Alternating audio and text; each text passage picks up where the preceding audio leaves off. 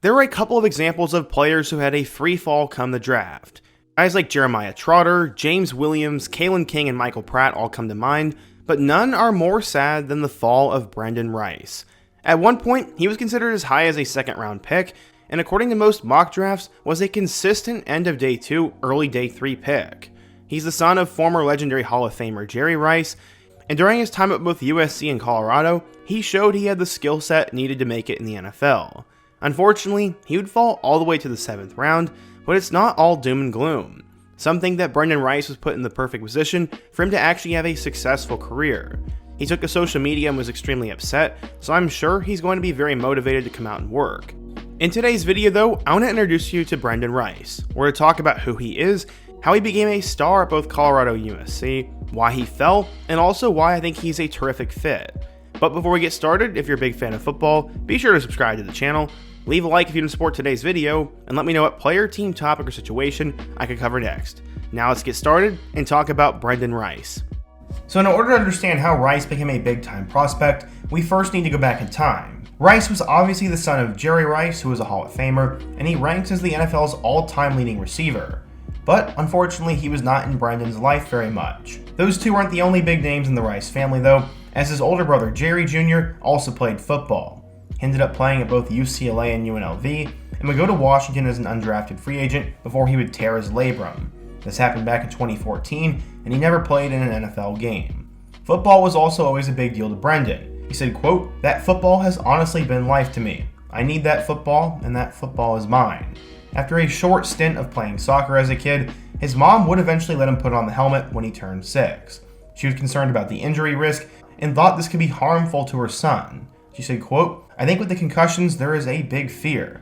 But you know, if it is something they want to do and I took it from him, I think it would break him." His mom would eventually let him play, but Brenden didn't exactly get what he wanted when it came to family. In Brenden's 17 years, he had never shared the same roof as his father, and the relationship his parents had many challenges. Through all of it, his parents were able to put their differences aside though, and for the betterment of their son, they made it work. That was something Brenden always appreciated. Eventually, like his father, he would start to excel at the game of football, and everyone had high expectations for him when he stepped foot at Chandler High School. And at the time, ironically, his stepdad was his coach. As a freshman, he was 6'2" and 175 pounds, and in the words of his coach, he said he had great hands and that he'd play varsity football as a freshman. That's extremely rare. But would he wear his dad's number? Unfortunately, probably not. He said, quote, "It's something that I would have to think over, considering I don't want the help of his name to get me places in life." Brenden would end up later saying in a YouTube interview that he got used to people thinking that he was going to be cocky because he was Jerry's son, but he admitted he was much more of a quiet figure who just wants to get the job done and go under the radar. When it came to recruiting, there were some doubts about his ability. Many coaches expressed concerns with his lack of speed, but through diligence and hard work, he was able to actually get his 100-meter dash time a full second quicker. He went from 11.7 seconds to 10.78. He said, quote, "College coaches thought I was too stiff and too slow. Even my best friend doubted me. He actually ran a 10.3, and I told him I'm going to run a 10.78 this year, I promise you that." These improvements would help both on the recruiting trail and on the football field. His ability to get faster and willingness to try new things grabbed college scouts' attention. He ended up receiving 21 Division I offers, and as a junior, he caught 49 passes for 729 yards and 11 touchdowns. Fun fact, early on in his high school career, Tyler Shuck was actually his starting quarterback. What's wild is Shuck will be in his 7th year at Louisville this fall. But where was Rice going to go? He ended up choosing Colorado over Arizona State, Oregon, and Texas A&M. Why the Buffaloes? He said, quote, "I believe in Coach Mel Tucker. I truly believe what he's building for the program, and I want to be a part in helping that 2020 class. I thought about it, and I was thinking I can go to Arizona State and be a part of a class, or I can go to Colorado and make my own class, and lead my own class. I can have people down the road in 3 years tell me, 'Brenden, thank you.'" That whole coaching thing didn't end up really working out for him because of Mel Tucker, but Rice had a ton of hype, and he had a great high school career.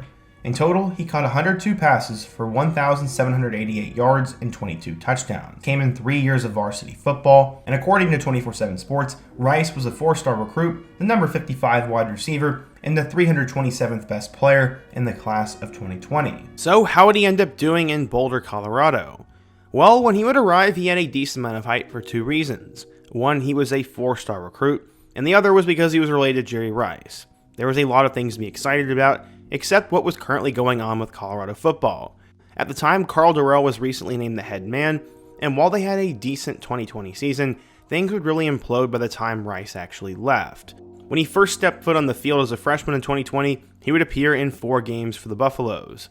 He ended up finishing with 6 total catches for 120 yards and 2 touchdowns. His first career touchdown would come against Stanford, and his second career touchdown would come on a 61-yard pass against Utah. While it was a solid first year, he would need to build upon that in 2021 if he wanted to live up to the hype. Honestly, it was a pretty slow start for him. In his first 4 games, he failed to catch over 3 passes or go for over 25 yards receiving, but then he had the best game of his career in an October game against Arizona. Against the Cats, he caught 3 passes for 111 yards and a touchdown, and that was his first career 100-plus yard receiving game. After that, you have to flash forward 2 weeks before he had another big game, as against number 7 Oregon, Rice caught 5 passes for 102 yards and a touchdown in that one. He also caught a touchdown pass the following week against Oregon State, and he would improve in 2021. He finished with 21 catches for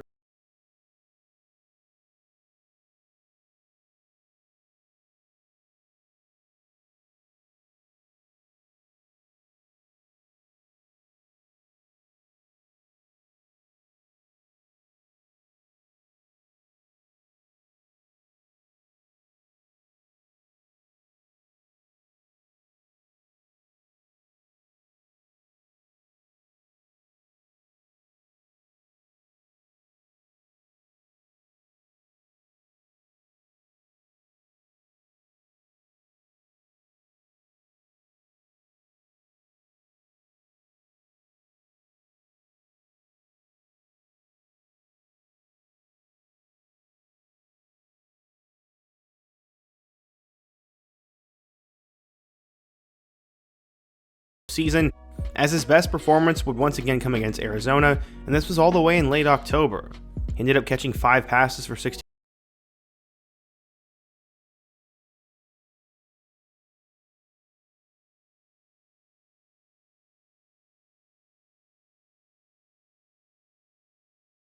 losses to Utah. They would have to settle for the Cotton Bowl against Tulane. This is where Brenden Rice made a name for himself. In a 1-point loss in a thriller, Rice caught 6 passes for 174 yards and 2 touchdowns. This was his coming out party and his welcome to college football moment. In 2022, he caught 39 passes for 611 yards and 4 touchdowns, and now he was expected to have a big 2023 campaign with Jordan Addison gone. How would he end up doing this year?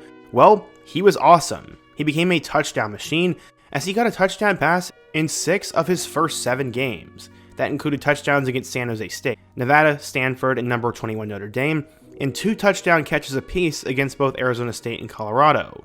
In that ASU game, he also had 7 catches for 133 total yards, and at the time, USC was off to a blazing 6-0 start. Unfortunately, after that Notre Dame loss, Utah would get him once again, and they fell to the college football playoff race from there.